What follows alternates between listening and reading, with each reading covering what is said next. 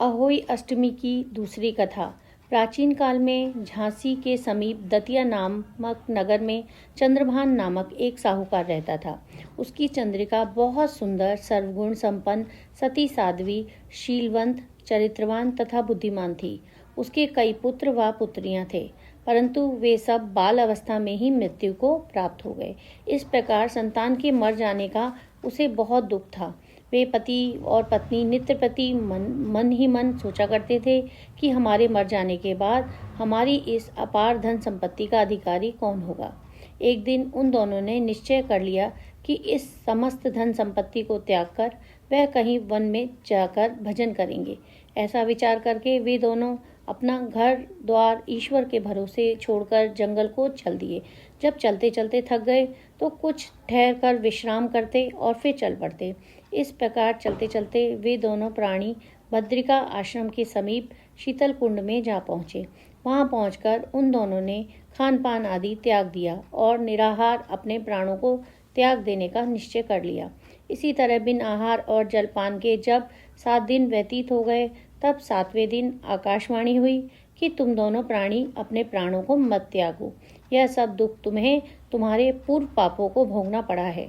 सो अब तुम अपनी स्त्री को अहोई आठे, जो कार्तिक मास के कृष्ण पक्ष में आए, उसी आठे को अहोई माता का व्रत और पूजन कराओ। तब अहोई नामक देवी प्रसन्न होकर तुम्हें साक्षात दर्शन देंगी। तब तुम अपने पुत्रों को दीर्घायु मांग लेना और व्रत के दिन तुम सीधा रात्रि को राधा कुंड में स्नान करना। तत्पश्चात इस आकाशवाणी के अनुसार चंद्रभान की स्त्री उस चंद्रिका ने बड़ी श्रद्धा और स्वच्छता भावना से विधि विधान से अहोई आठे का व्रत किया और स्त्री ने राधा कुंड में स्नान किया। जब वे दोनों स्नान करके वापस लौटे तो उन पर प्रसन्न होकर उन्होंने अहोई माता का व्रत किया और प्रसन्न होकर अहोई माता ने प्रत्यक्ष दर्शन देकर वर मांगने को कहा।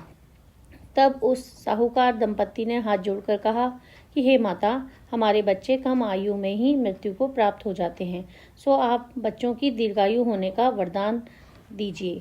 अहोई माता ने उन दोनों को दीर्घायु बच्चों को दीर्घायु होने का यह मनोवृत्ति जानकर उसे मुँह मांगा वरदान दिया। यह कहकर अहोई माता वहीं अंतर्ध्यान हो गई। इसके बाद अहोई माता साहूकारनी लौटकर जब घर आ गए और अहोई माता की कृपा से कुछ दिन बाद वो पुत्रवान हो गए और गुणवान बुद्धिमान पुत्र पाकर आनंद विभोर हो गए। अहोई माता की कृपा से इस लोक में सुख भोग कर बैकुंठ को चले गए।